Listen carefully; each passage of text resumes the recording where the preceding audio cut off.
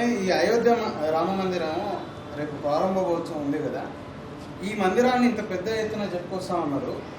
అయితే మరి మన దగ్గర ఉన్నటువంటి ఉభయ తెలుగు రాష్ట్రాలకు సంబంధించినటువంటి హిందూ భక్తుల ఒక ముఖ్యమైన అభిప్రాయం, సందేహం ఏంటంటే, మన దగ్గర రాముడు నడియాడినటువంటి ప్లేస్ ఉంది కదా, భద్రాచలం రామాలయం ఉంది కదా, ఈ రాముడికి ఏ మేరకు ప్రాధాన్యత ఇవ్వడం జరిగింది, ఈ రామాలయం భద్రాచలం అభివృద్ధి కొరకు కేంద్ర ప్రభుత్వం నిధులు ఏ మేరకు కేటాయించింది? రైట్, మంచి ప్రశ్న వేశారు. రాముడు నడయాడిన స్థలాలు చాలా ఉన్నాయి కదా. భద్రాద్రి, ఇప్పుడు భాగ్యనగరం ఉంది, సాక్షాత్తు ఉన్నటువంటి ముస్లిం రాజుకు కళలో వచ్చి రామదాసు గురించి కూడా చెప్పినాడు కదా. మరి రాముడు నడియాడిన స్థలం కూడా, రాముడు తిరియాడిన స్థలం కూడా, అలాగే భద్రాద్రి కూడా, అంటే ఆయన నడియాడిన స్థలం. కానీ ఏదైనా సరే మనం ఎక్కడ ఏది చూసుకున్నా సరే చాలామంది కూడా మనల్ని అడుగుతుంటారు, అయ్యా మీ పుట్టిన స్థలం ఏంది, date of birth, place of birth, time of birth. ఇప్పుడు మేము జాతకాలకి నేను కూడా అలాగే అడుగుతాం, అయ్యా మీ డేట్ ఆఫ్ బర్త్ కావాలి, ప్లేస్ ఆఫ్ బర్త్ కూడా కావాలి, అలాగే టైమ్ ఆఫ్ బర్త్ కూడా కావాలంటాం. ఆధార్ కార్డులో కూడా మనకి డేట్ ఆఫ్ బర్త్ అడుగుతారు, ప్లేస్ ఆఫ్ బర్త్ అడుగుతారు. ఇంకెవరైనా కూడా, అయ్యా ఎవరైనా ఆడపిల్ల మా ఇంటికి వచ్చినా కూడా మీ అమ్మగారి లేదమ్మా అని కూడా అడుగుతారు. అంటే అమ్మగారిలు అంటే పుట్టిన స్థలం. అలాగే మీ నేటివ్ ప్లేస్ ఏదండి అని అడుగుతుంది. ఇంకెక్కడికైనా మనం పోయినా కూడా కదా, నేటివ్ ప్లేస్ అంటే మన జన్మస్థలం. మరి రాముడికి జన్మస్థలమే లేదు అని ఎక్కడెక్కడో నడియాడాడు కదా. మనం ఫస్ట్ ఏం చేయాలి, ఆయన జన్మస్థలంలో ఆయన ప్రతిష్ఠింపజేయాలి కదా. ఆయన స్థలాన్ని ఆయన గర్వంగా చెప్పుకునేలా చేయాలి. రాముడు ఎక్కడ పుట్టాడయ్యా అంటే అయోధ్య అని చెప్పాలి. అయోధ్యలో నీకు మందిరమే లేదు, ఎంతోమంది కూడా మనల్ని గేలి చేశారు. అంటే రాముడు పుట్టిన స్థలంలోనే ఆయనకు మందిరం లేదని ఎంతోమంది కూడా వెకిలిగా మనతో మాట్లాడినారు కదా. మరి ఫస్ట్ మన రాముడికి మనం పుట్టినటువంటి స్థలంలో మందిరాన్ని ఏర్పాటు చేయాలి, ఒక కుటీరం కదా. ఆయనకు ఒక పరువు ప్రతిష్టను మనం కలిగించాలి కదా. మనదే తీసుకున్నా కూడా date of birth, time of birth, place of birth అడుగుతారు. బయట దేశాలకు పోయినా కూడా మీ నేటివ్ ప్లేస్ అంటారు. భారతదేశంలో ఎక్కడ, ఏ జిల్లా అని కూడా, ఏ రాష్ట్రం అంటారు, ఆంధ్రప్రదేశ్ లేదా తెలంగాణలో ఏ జిల్లా అంటారు, ఇలా కరీంనగర్లో ఎక్కడ, మళ్ళీ ఆడికే పోతాం. కరీంనగర్లో జగిత్యాలలో ఎక్కడ, మెట్టిపల్లి దగ్గర ఎక్కడ, మేడిపల్లి దగ్గర ఇంకెక్కడండి, కొండాపూర్. నేను ఎంతగానో వెనక్కి వచ్చాను నా జన్మస్థలానికి. మరి రాముడి జన్మస్థలం ఏది, ఆయనకు కూడా ఉండాలి కదా, నేటివ్ ప్లేస్ అనేది ఉండాలి కదా, ఆయన బర్త్ ప్లేస్ అనేది ఉండాలి కదా. బర్త్ ప్లేస్ లేదు, ఏం లేదు. రాముడిని మొత్తం అగాధ మొదలుపెట్టేశాం. రాముడు దేవాలయం అక్కడ కూడా ఉంది, ఇక్కడ కూడా ఉంది. వాడికి ఏమంత మటుకు పట్టించుకున్నారు, ఏమంత మటుకు నిధులు ఇచ్చారని చాలామంది కూడా అడుగుతారు. సరే, తర్వాత ఇద్దాము నిధులు, మనం ఇవన్నీ కూడా కాపాడుకుని మన చెప్పు చేతుల్లో ఉన్నాయి. మరి రామ మందిరం నిర్మాణం అప్పుడెందుకు కాపాడలేదు? మరి మీరందరూ కూడా దాని గురించి నోరెత్తలేదే. రాముడు పుట్టిన స్థలము రామ మందిరం కడదామని మరి అప్పుడు అనలేదే. ఇక్కడ ఉన్నటువంటి భద్రాద్రికి నిధులు ఇవ్వలేదు, ఇక్కడ ఉన్న దానికి పట్టించుకోలేదు. అక్కడ ఒంటిమిట్ట రామాలయాన్ని కూడా ఏం పట్టించుకోలేదు. బీజేపీ వాళ్ళు అక్కడెక్కడ ఉన్నటువంటి అయోధ్యలో ఉన్నటువంటి రామాలయాన్ని పట్టించుకుంటున్నారు అని అంటున్నారు. సరే, మరి మీరెంత మటుకు పట్టించుకున్నారని నేను అడుగుతాను. అంటే ఇది నిజంగా చెప్పాలంటే రాముడి యొక్క జన్మస్థలం అనేది, కేర్ ఆఫ్ అడ్రస్ అనేది ఖచ్చితంగా ఉండాలి. మనకే ఉంది. మనం బయట దేశానికి వెళ్ళినప్పుడే మనల్ని ఎన్నో ప్రశ్నలు వేస్తారు. ఆఖరికి పుట్టిన స్థలం, పుట్టిన ఇల్లు, పుట్టిన వీధిని కూడా మనము గర్వంగా చెప్పుకుంటాం కదా. వార్డు నంబర్తో సహా. నేను మొన్ననే రేషన్ కార్డు ఫామ్ నింపితే కనుక దాంట్లో అన్నీ ఇచ్చారు, బయట మొత్తం అన్నీ నింపినాను నేను కదా. మరి రాముడికి కూడా అన్నీ కూడా నింపాలి కదా. నేను మొన్న వార్డు నంబర్తో సహా, నేను ఉంటున్నటువంటి కాంప్లెక్స్ డోర్ నంబర్తో సహా ఫామ్ ఫిలప్ చేశాను. మరి రాముడిది ఏం ఫిలప్ చేయాలి చెప్పండి? రాముడికి కూడా ఒక ఐడెంటిఫై ఉండాలి కదా. సో అదే అనమాట.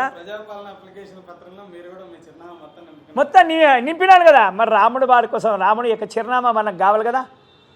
సరే, ఎంక్వైరీ కోసం కూడా వస్తారు కదా. ఆ ఎంక్వైరీలో అడ్రస్లో నేను లేకపోతే ఏమవుతుంది? నా ఫామ్ చింపడానికి చింపేస్తారు, రాంగ్ అడ్రస్ అని చెప్పేస్తారు, లేదా డోర్ లాక్ అని ఏదో రీజన్ రాసేసుకుంటారు, లేదా ఫామ్ పెకెట్ పెట్టేస్తారు, పెండింగ్లో అయిపోతుంది, నాకు రేషన్ కార్డు అనేది రాదు. మరి రాముల వారికి కూడా అన్ని సకల హక్కులు ఉండాలి కదా. ఆయన బర్త్ ప్లేస్లో ఆయనకు అధికారం ఉండాలి. ఆయన అక్కడ ఉన్నాడు, ఆయన పుట్టిన స్థలం నుంచి కూడా అంత పరిపాలన ఆయన చెయ్యాలి కదా. ఆయన నేటివ్ ప్లేస్ ఆయనకు ఉండాలి. కాబట్టి రామ మందిర నిర్మాణం ఖచ్చితంగా అయోధ్యలోనే జరగాలి. అది జరుగుతుంది. ఆ సమంజసం కూడా అందరికీ కూడా. జై శ్రీరామ్. రాముడు ఒక మామూలు మనిషే, తన దేవుడు కాదని చెప్పేసి వాదన చేసే సమాధానం, రాముడు దేవుడా మనిషా? రైట్, మంచి మాట్లాడినారు. ఒక మనిషి ధర్మ పరిపాలన సాగిస్తున్నాడు ఒక రాజుగా. ధర్మం తప్పకుండా ఉన్నాడు. ఎన్ని కష్టాలు వచ్చినా నష్టాలు వచ్చినా కూడా మాట తప్పని వాడు. అలాంటి వారు ఎవరైనా ఉన్నారంటే మనం వారిని అయ్యా నువ్వు సాక్షాత్ దేవుడవయ్యా అని అంటాం కదా. రాముడు క్షత్రియ ధర్మాన్ని పాటించాడు, పితృవాక్య పరిపాలకుడు కూడా కదా. సోదర ధర్మాన్ని కూడా పాటించారు, యుద్ధనీతిని కూడా పాటించాడు. ఎక్కడ కూడా రాముడు ధర్మాన్ని తప్పలేదు కదా. ఎవరైనా అసలు ఒక మాట నిలబెట్టుకున్నారంటే వాడిని ఊరికనే చూశాయి అయ్యా నువ్వు దేవుడవయ్యా అని అంటాం మనం కదా. ఒక్క మాటని నిలబెట్టుకున్నటువంటి వ్యక్తినే ఆయన మన ముందర. తర్వాత మరి ఆయన ఏం చేస్తాడో ఏమో మనకేమీ తెలియదు కదా. కానీ రామాయణం చదివితే తెలుస్తుంది రాముడు ఎంత గొప్పని వాడు, రాముడు దేవుడా కాదా అనేది రామాయణం చదివితేనే తెలుస్తుంది. ఎవరైనా ఈ మాట అడగదలిచిన వారు రామాయణం సంపూర్ణంగా చదివి రామాయణం అంతా నాకు వినిపించిన తర్వాత రాముడు దేవుడా మనిషా అని అడగాలి. అప్పుడు నన్ను రామాయణం అంతా కూడా చదివి ఆ రామాయణం మొత్తం అంతా నాకు వినిపించి ఆ మధ్యలో వినిపించేటప్పుడు నేను కొన్ని ప్రశ్నలు వేస్తుంటాను. ఆ ప్రశ్నలు కూడా సమాధానం చెప్పేటువంటి అర్హత పొందిన వారై ఉండాలి. అంటే రామాయణం అంతా ఆకలింపు చేసుకోవాలన్నమాట.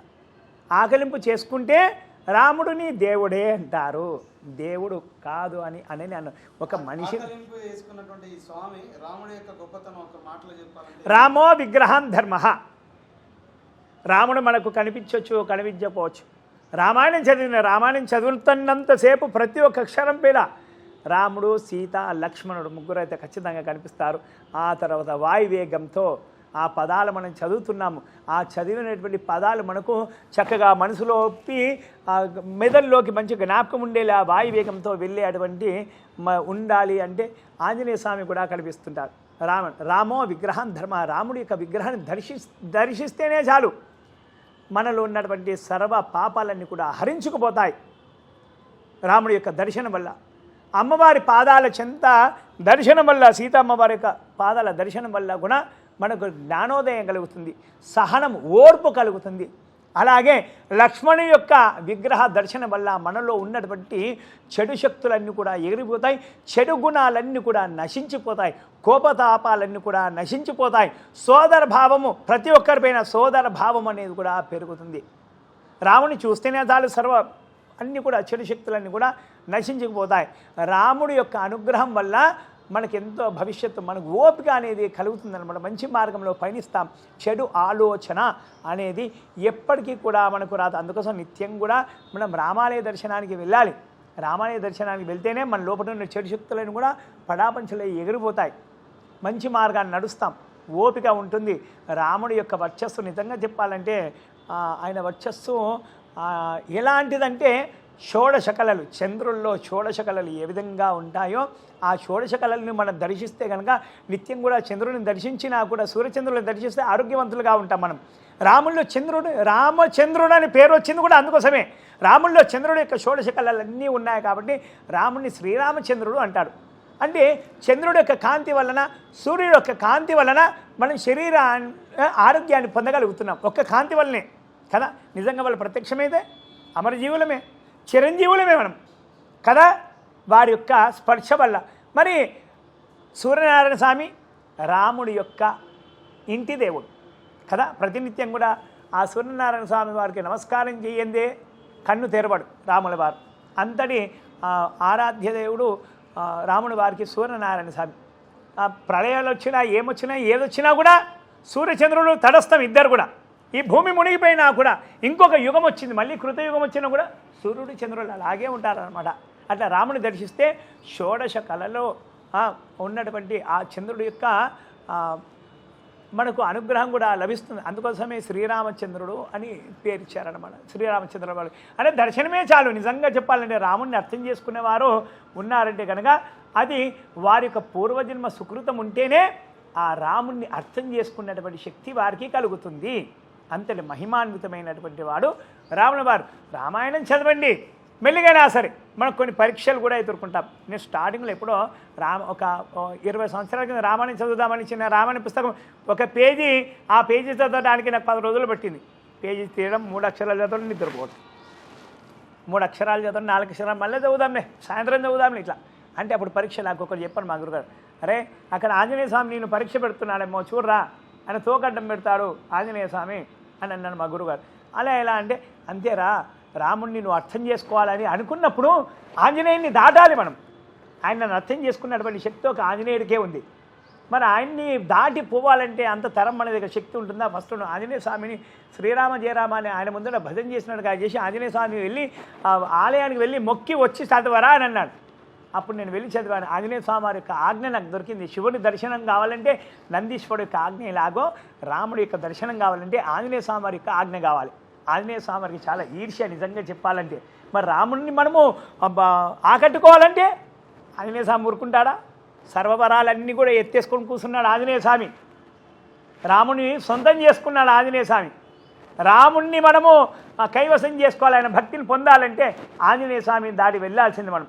అందుకోసమే ఆంజనేయ స్వామి ఆలయాలే రాముడి కంటే ఎక్కువ ఉన్నాయి మనకు తెలుసా కదా. మన భారతదేశంలో కానీ ఎక్కడైనా సరి చూసినా కూడా రామాలయాల కంటే ఆంజనేయ స్వామి వారి యొక్క ఆలయాలే ఎక్కువ ఉన్నాయి. ఆంజనేయ స్వామిని ప్రసన్నం చేసుకోవాలంటే గంట కొట్టినప్పుడు జయ రామ శ్రీరామ జయ జయ రామ అనగానే ఆంజనేయ స్వామి లేస్తాడు. నువ్వు పెట్టిన వడలు లేబోలు, నువ్వు వేసిన తమలపాకులు మాలలను చూడడు, నువ్వు మొహానికి రాసిన సింధూరాన్ని చూడడు ఆంజనేయ స్వామి. శ్రీరామ జయ రామ జయ జయ రామ అనగానే ఆంజనేయ స్వామి ఎక్కడ నా రావణ స్మరణ ఎక్కడ జరుగుతుందని ఇలా గుడ్లు అప్పగించి చూస్తారా ఆంజనేయ స్వామి. అంతే, దానికి పరవశించిపోతాడు. అదే చాలా ఆయన చాలామంది కూడా వడల నైవేద్యాలు పడతారు, అప్పాల నైవేద్యాలు పడతారు. అది మన కోసమే నిజంగా చెప్పాలి కదా. ఆంజనేయ స్వామికి కావాల్సింది ఏంటి? రామనామ పారాయణమే. రాముని చేరుకోవాలంటే ఆంజనేయ స్వామిని దాటాలి మనం. శ్రీరామ రామ రామేతి రమే రామే మనోరమే సహస్రనామ తత్తుల్యం రామనామ వరానని సాక్షాత్తు ఈ తారక మంత్రము పార్వతీదేవికి పరమేశ్వరుడు ఉపదేశించాడు. ఈ మంత్రం ఎలా అంటే, కాశీనగరాన ప్రళయం వచ్చింది. మహాశక్తివంతురాలు అమ్మవారు కదా, ఆదిపరాశక్తి. ఆమె ముందట మిగతా దేవుళ్ళందరూ కూడా బలాబ్దురే. మరి కాశీనగరం పరమేశ్వరుడికి అత్యంత ఇష్టమైనటువంటి నగరం. ప్రళయం వచ్చి మొత్తం అంతా మునిగిపోతుంది. అయితే కాశీనగరానికి ఒక వరం ఉంది. ప్రళయం వచ్చి మునిగిపోయినా కూడా, భూమండల సమస్తం అంతా కూడా మునిగిపోయినా కూడా, ప్రళయం వచ్చినప్పుడు కాశీనగరం మునిగిపోదు. ఎందుకు మునిగిపోరు అంటే, పరమేశ్వరుడికి ఎంతో ఇష్టమైనటువంటి తన త్రిశూలంతో కాశీనగరాన్ని లేపి ఆ ప్రళయం ఎంత ఉందో అంతకంటే రెండింతలు ఎత్తుగా నిలబెట్టి ఉంచుతాడు. అయినా కూడా కాశీనగరానికి ముప్పు వచ్చింది. ప్రళయం ఆ త్రిశూలంతో తీసి కాశీనగరాన్ని పైకి ఎత్తుదామని కూడా ఎత్తలేనంత ప్రళయం వచ్చింది. అక్కడ వచ్చినప్పుడు పార్వతీదేవి పరమేశ్వరుని అడుగుతాను, నాథా ప్రళయం వచ్చింది, మీ త్రిశూలాన్ని తీసి కాశీనగరాన్ని రక్షించండి అని అంటే పరమేశ్వరుడు చేతులు ఎత్తేశాడు. మరేం చేయాలి నాథా, మీరే చేతులు ఎత్తేశారు, ఇంతటి ప్రళయాగ్నిని ఎవరు తట్టుకోగలరు? మరి మీకు ఇష్టమైనటువంటి కాశీనగరము మరి మొత్తం అంతా మునిగిపోతుందే, మరి ఎలా మీ ఇష్టం అంతా వెళ్ళిపోతుందే అంటే, దీనికి ఏదైనా ఉపాయం చెప్పండి అంటే తారక మంత్రాన్ని ఉపదేశిస్తాడు. ఆ సాక్షాత్ పరమేశ్వరుడే పరమేశ్వరుడికి దశాశ్వమేధ ఘాట్లో మనకు అక్కడ పార్వతీ పరమేశ్వరుల యొక్క ఆలయం ఉంటుంది. అలాగే శ్రీరాముల వారి యొక్క ఆలయం కూడా ఉంది కాశీనగరాన సాక్షాత్ ఒడ్డు తీరాన పార్వతీ అమ్మవారికి పరమేశ్వరుడు ఈ తారక మంత్రాన్ని ఉపదేశిస్తాడు. శ్రీరామ రామ రామేతే రమే రామే మనోరమే సహస్రనామ తత్తుల్యం రామనామ వరాననే ఈ తారక మంత్రం ఎంతో విశేషమండి. అప్పుడు ఆ పార్వతీ అమ్మవారు ఈ మంత్రాన్ని చక్కగా జపం చేసింది. ఆ ప్రళయం కనురెప్ప బాటలో మంత్రము జపం చేసి కనురెప్ప తీసేంత లోపల మాయమైపోయింది ఆ ప్రళయం. చూడండి, తారక మంత్రం ఎంత గొప్పనైనటువంటిది. శ్రీరామ రక్ష సర్వజగత్తుకే రక్ష, సర్వజగద్ రక్ష అంటారు. అంటే సర్వజగద్ రక్ష అంటే సర్వజగత్తుకే రక్ష. రాముడి యొక్క అనుగ్రహమే మనకు రక్ష. రాముని ఎంత కొలిస్తే అంత రక్ష మనకే కాదు, మన ముందు తరాల వారికి, ఇంకా ముందు తరాల వారికి ఉంటుంది. ఎలాంటి అనుగ్రహం ఉంటుందంటే, రాముడు మంచి బాలుడు అని పేరుంది కదా, కృష్ణుడు మంచి బాలుడు అని పేరు లేదు, శివుడు మంచి బాలుడు అని లేదు, ఆంజనేయ స్వామి మంచి బాలుడు అని ఒక రాముడికి వచ్చిన మాట కదా.